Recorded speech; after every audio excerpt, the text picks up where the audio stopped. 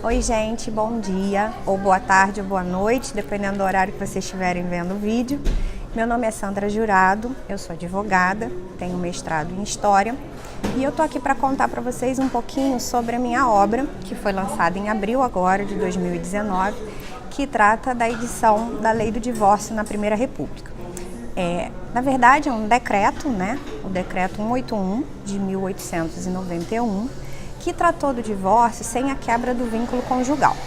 Mas a gente tem que ter um cuidado, porque na história os conceitos são um pouco diferentes, porque a gente tem que se ambientar com a sociedade que a gente está tratando. No caso, a sociedade que a gente remonta aqui na obra é uma sociedade que estava transitando do Império para a República, e os conceitos de família, de cidadania, são outros de pouco diferentes, aliás, bastante diferentes do que a gente tem hoje em dia com a Constituição de 1988. A gente está falando de uma Constituição nova, que veio depois do trânsito, né, do Brasil, uma república bem recente, né, com todos os problemas de uma nação nascendo. E aí a gente trata a questão dos conceitos. Então, a primeira coisa que a gente tem que ter em mente para fazer a leitura e a explicação da ideia principal da obra, é de que o divórcio, na verdade, a gente poderia dizer que se trata do desquite, né, que a gente conheceu nos anos 70 aqui no Brasil, né? É uma separação sem a quebra de vínculo conjugal. Então, o primeiro ponto importantíssimo que tem que ser ressaltado é isso. A gente fala divórcio porque na época foi dito, né, foi trazido para dentro da lei esse conceito, mas é como se fosse o desquite que a gente conheceu algumas décadas depois, né?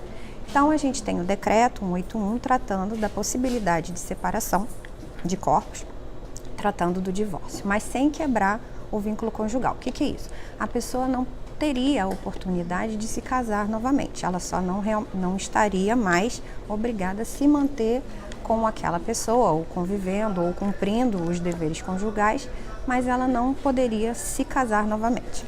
A gente está falando aqui, é importante também lembrar disso, de uma sociedade que já estava vivendo a laicização do Estado, né?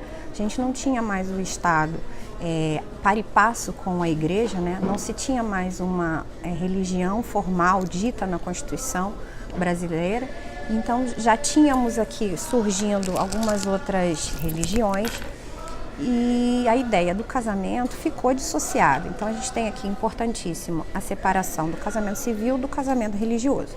E o que a gente fala da quebra de vínculo é se referindo ao casamento civil, porque para a Igreja, até a introdução do decreto dentro do âmbito das paróquias e tal, foi uma introdução um pouco complicada. A gente tem relatos até de alguns padres em São Paulo que editaram algumas resoluções para os fiéis não seguirem a nova lei, não seguirem o decreto e não se separarem.